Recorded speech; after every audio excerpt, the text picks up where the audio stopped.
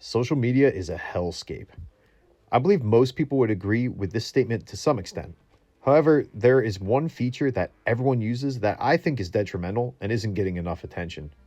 If you have an IQ of like 40 or more, you can probably deduce the thesis of this video from the title, and yeah, you're definitely right.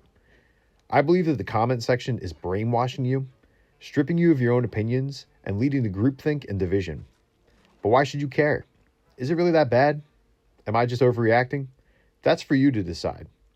Everyone is entitled to their own opinions. I'm just the narrator. But if you're with me so far and want to hear what I have to say, let's dive right in. I'm First Mate Jones, and welcome to my first video essay, and thanks for being here. To better understand why the comment section is to me right up there with personalized algorithms as the worst feature of social media, we first need to look at social media as a whole and decide whether or not I'm just doomsaying. It is widely reported that an average person in Gen Z spends over 6 hours on screen time a day, and that around 4 of those hours are on social media alone. And the picture is almost just as bleak for Gen X and millennials. And even the boomers, the people scolding those young kids for having no attention span, are spending 3.5 hours a day on their devices, with Facebook leading the charge for the largest share of their screen time. Let's just pause and think for a second here. Let's say an average adult life, for easy math, is about 60 years long. This is the part of life where you can make your own decisions about tech and decide your usage on your own, and you're just not at the whim of your parents all the time. If you spend 4 hours a day on social media, which is the average, that's 10 years of your life gone, just sucked by the zuck. But let's say you just don't trust the data. And I'm honestly one of those guys. Maybe you too are a little skeptical of research and how it's funded, and that's great. But just look up. Everywhere you go in public, somebody has a phone up to their face whenever there's the slightest amount of downtime. I don't know about you, but my notifications are pretty dry. I don't got motion like that. God forbid a white boy ever do. And I know the majority of people like to keep their circles small, at least from personal experience. So I can deduce, without a data set, beyond the shadow of a doubt, that people are filling their time with amusement, and social media is usually the default. Sometimes I'll just catch myself doom scrolling Instagram reels. I'll be getting a lot of that big fella Gordo dancing to the Brazilian funk in the feed, and I hate to admit it, but he'll be dancing with some baddies. So naturally, I gotta see what her account is about for research for this video, of course. So I'll scroll halfway through her entire feed, and only then will I realize it, recognize that it's negative, and then I'll just continue doing it because there's nothing else occupying my time at that moment. In fact, it's that very experience that is leading me to write this essay. I wasted a chunk of my day off again. Hopefully this personal narrative and the data found with a simple Google search shows how lived experience and data sets can lead to the formulation of the opinion that social media is negative. If you're picking up what I'm putting down, that social media is bad and that we should all return to monkey, now we can get to the good part, that pesky comment section.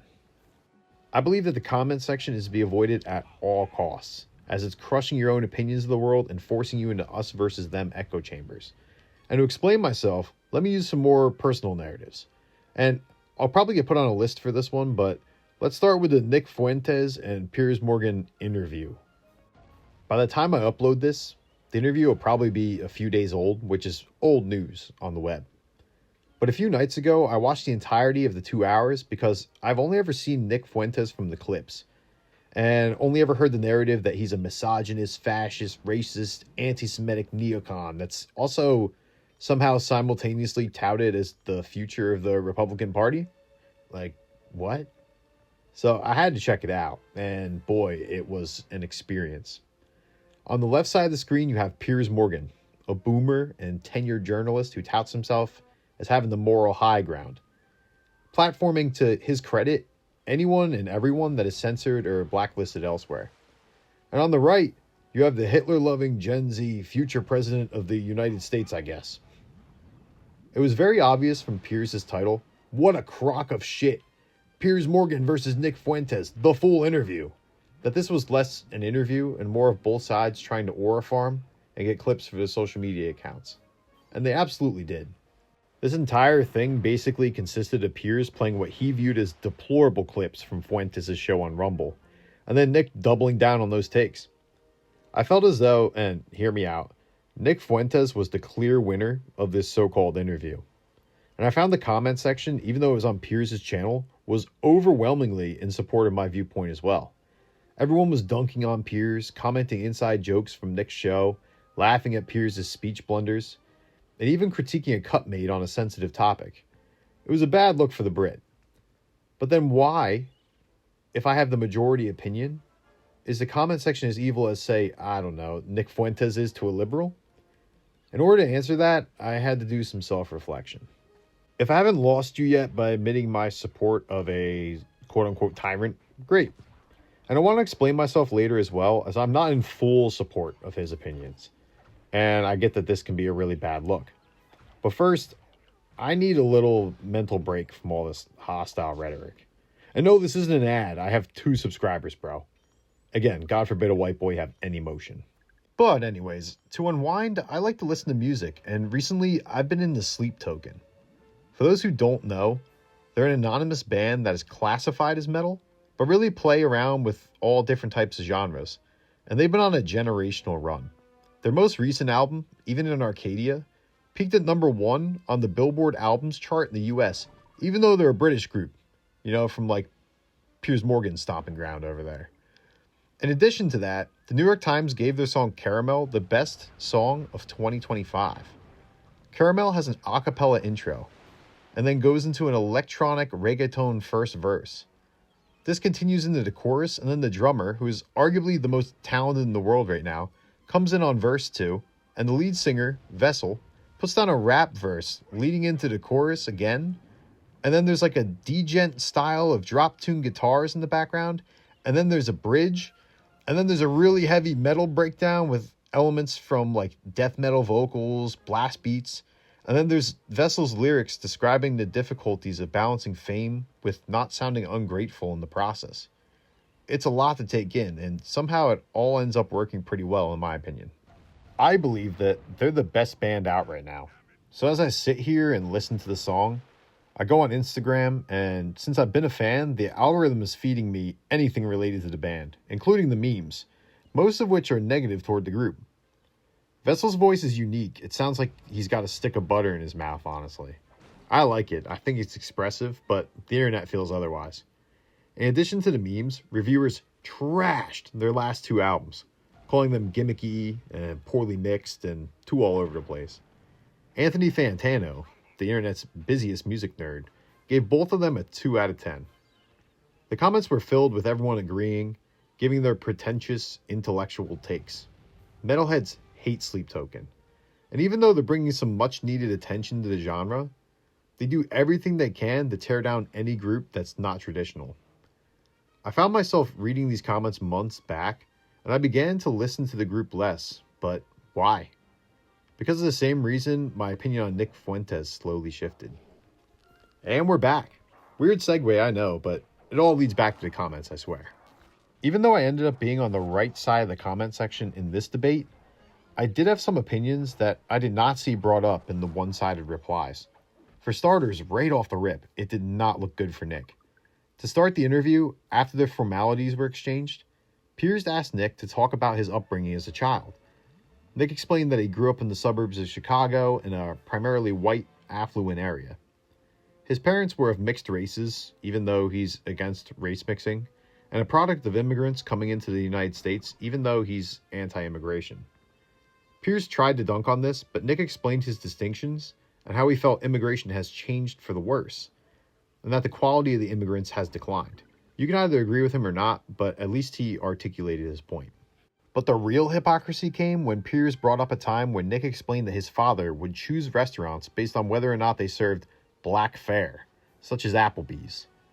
Nick voluntarily put this story out to the world on his show, but when Piers brought it up and asked Fuentes whether or not this upbringing might have led to his viewpoints now, Fuentes became visibly and audibly annoyed, asking Piers to not bring up his father, claiming that it was unfair and that his father was not there to defend himself, and that his father could potentially lose his job with such an unfair claim.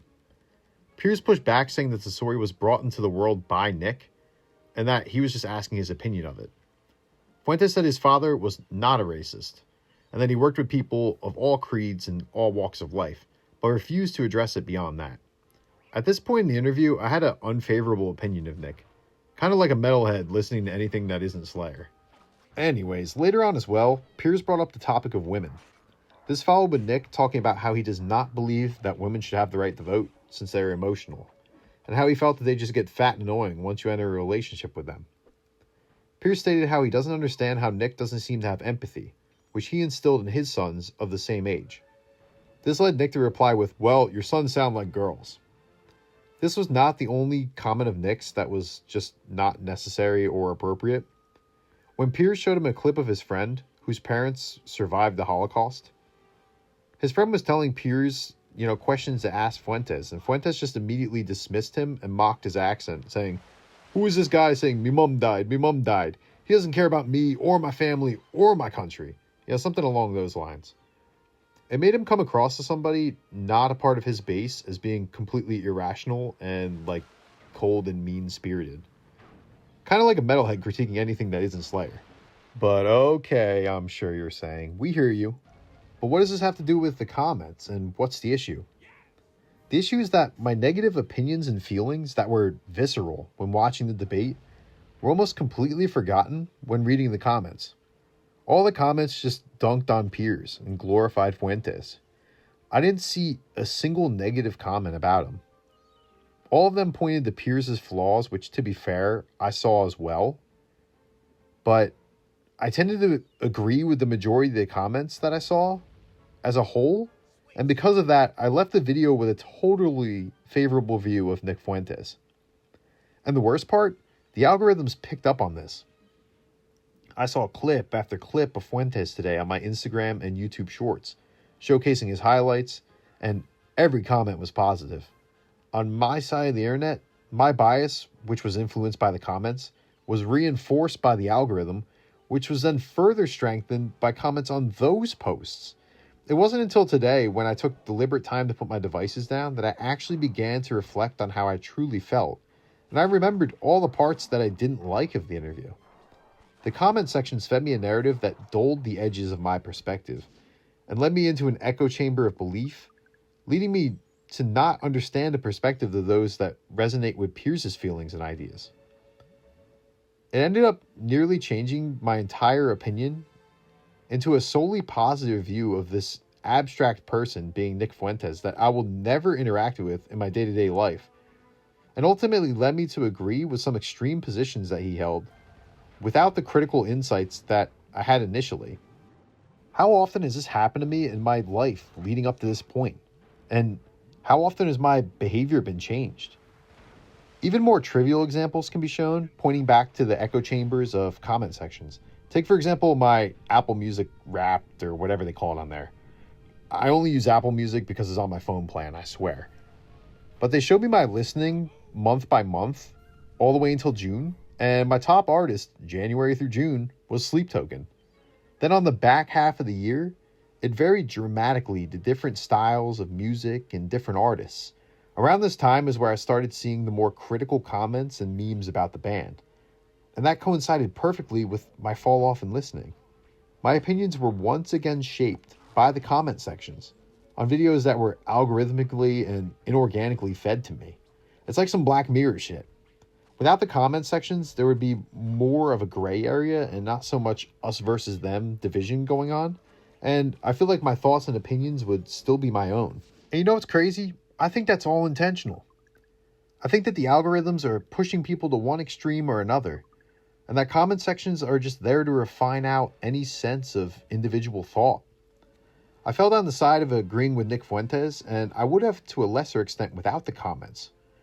But there's a whole other side of the internet, praising Piers Morgan and slandering the self-proclaimed white supremacist, calling him the next Hitler and the embodiment of the devil, that I just don't see. I just don't get fed this information through my algorithm. And whether this is for profit motives, by just holding our attention and feasting on our primal desire for tribal togetherness, or whether it has a darker, more sinister agenda behind it with some conglomerates or nations pulling the strings, really remains to be seen. But given that recent estimates put bots at 51% of internet traffic, it's not infeasible to think that the combination of algorithms and comment sections are specifically there to divide us. So yeah, Shit seems grim, but what can we do? I'm starting with a small way to fight back. All the information in the world is available at our fingertips through the internet and social media.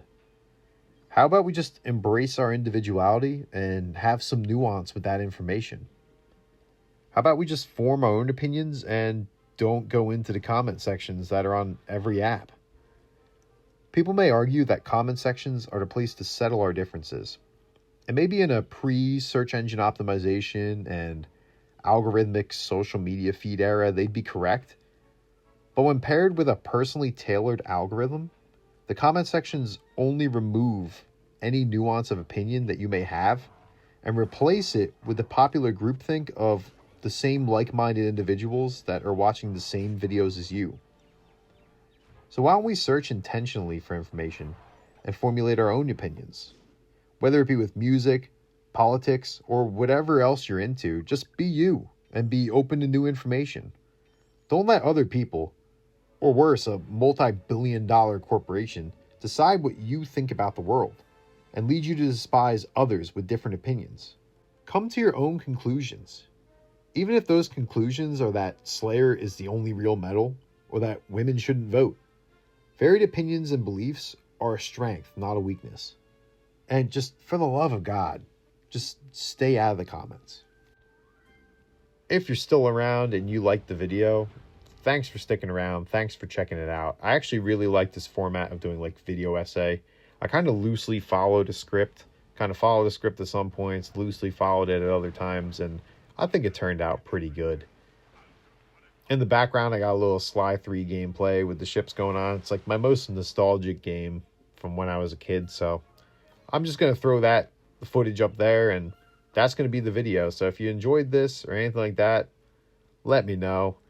You know, I might sound hypocritical saying that, you know, like, oh, I've been saying don't go in the comment section, but the whole idea is try not to have your opinions swayed by like-minded individuals that are in your algorithm. That's the idea.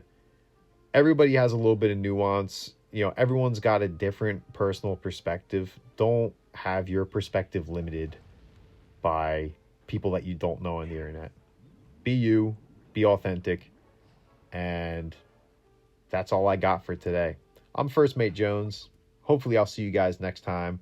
Peace out. Have a good one.